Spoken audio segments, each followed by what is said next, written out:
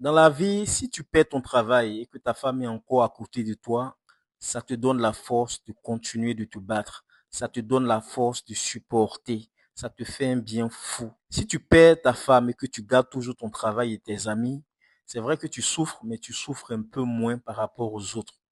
Maintenant, imagine-toi un instant que tu perds ton travail, tu n'as plus de famille, tu perds ta femme, tu perds tes amis. En plus de tout ça, tu es endetté jusqu'au cou.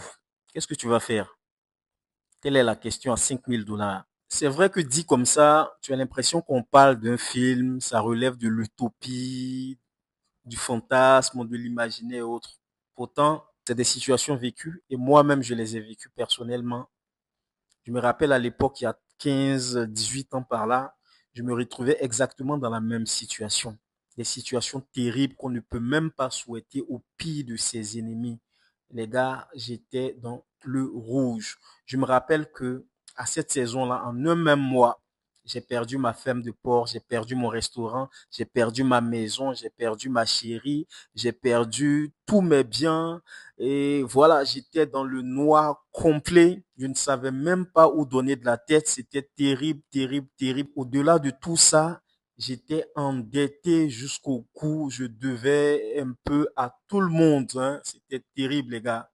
Vous n'avez pas idée. Mais le but de cette capsule, c'était pas de m'attarder sur mes propres expériences, mais c'est surtout de soutenir quelqu'un qui traverse les mêmes moments.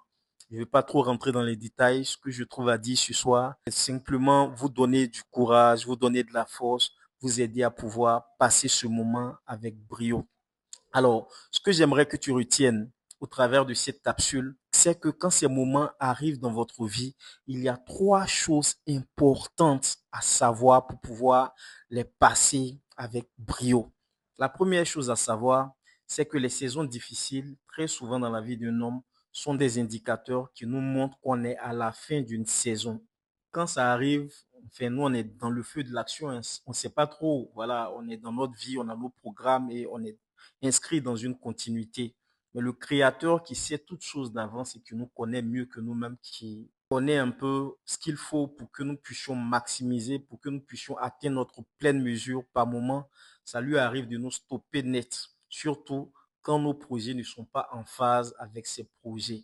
La deuxième chose que je veux que tu retiennes, toi qui passes les moments difficiles, une saison terrible, c'est que l'objectif de ces enchaînements d'événements malheureux, c'est de t'isoler afin d'avoir un cœur à cœur avec ton créateur.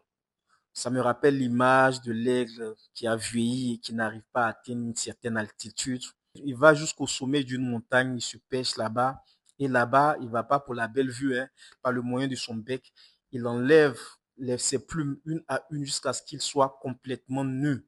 Il est tranquille là-bas jusqu'à ce que ses plumes repoussent. Ceux qui ont déjà fait la prison, quand tu te comportes très mal et que tu n'arrives pas vraiment à comprendre ou bien à appliquer les règles de la prison, on t'envoie en isolement. Mais quand on t'envoie en isolement, c'est pas pour te tuer. Non, non, c'est pas ça l'objectif. Mais c'est pour te faire prendre conscience d'un certain nombre de choses, de sorte à ce que quand tu reviens là, tu peux facilement t'insérer dans le tissu social. Donc, très souvent, Dieu utilise les mêmes méthodes. Quand il sent que nous dirigeons notre vie mal, il est en droit, lui en tant que le créateur de toutes choses, de nous isoler, pas pour nous faire du mal, pas pour nous tuer, mais pour nous faire prendre conscience de, du fait qu'on est en train de passer à côté de notre vie. Donc l'isolement a pour objectif de nous faire avoir un cœur à cœur avec le Créateur afin de pouvoir nous réparer, nous paramétrer à nouveau. La troisième chose que je veux que tu retiennes ce soir, si tu traverses une saison difficile, terrible, émaillée à un enchaînement de malheurs, c'est que tu retiennes que tout ça, tous ces malheurs-là, toute cette orchestration a pour but de t'apporter un nouvel équipement par rapport à la saison que tu t'apprêtes à entamer, cette nouvelle saison que tu ne sais pas. Alors celui qui voit toutes choses avant qu'elles arrivent, qui entend tout et qui comprend tout, qui sait toutes choses avant qu'elles n'arrivent à toi, dans ses manières de faire, est en droit de t'isoler afin de t'équiper, de te donner ce qu'il te faut pour ne pas que tu rates la prochaine saison. Donc en soi, l'isolement, la solitude ne sont pas toujours de mauvaises choses. C'est vrai que ça va brûler, ça va te chauffer, ça va te coûter quelque chose, ça va te coûter tes plumes, tout ça, mais je peux te rassurer parce que Dieu m'a fait la grâce de traverser cette saison. Je peux te rassurer que tu sortiras bien plus fort qu'aujourd'hui. Pour terminer, j'aimerais partager avec toi cette petite citation du docteur Marouet que je cite. La solitude, lorsqu'elle est adoptée avec le bon état d'esprit, devient une saison puissante de croissance. C'était TMK, votre coach en éveil de conscience pour vous aider à comprendre les choses par vous-même afin de devenir de bien meilleures personnes. Merci.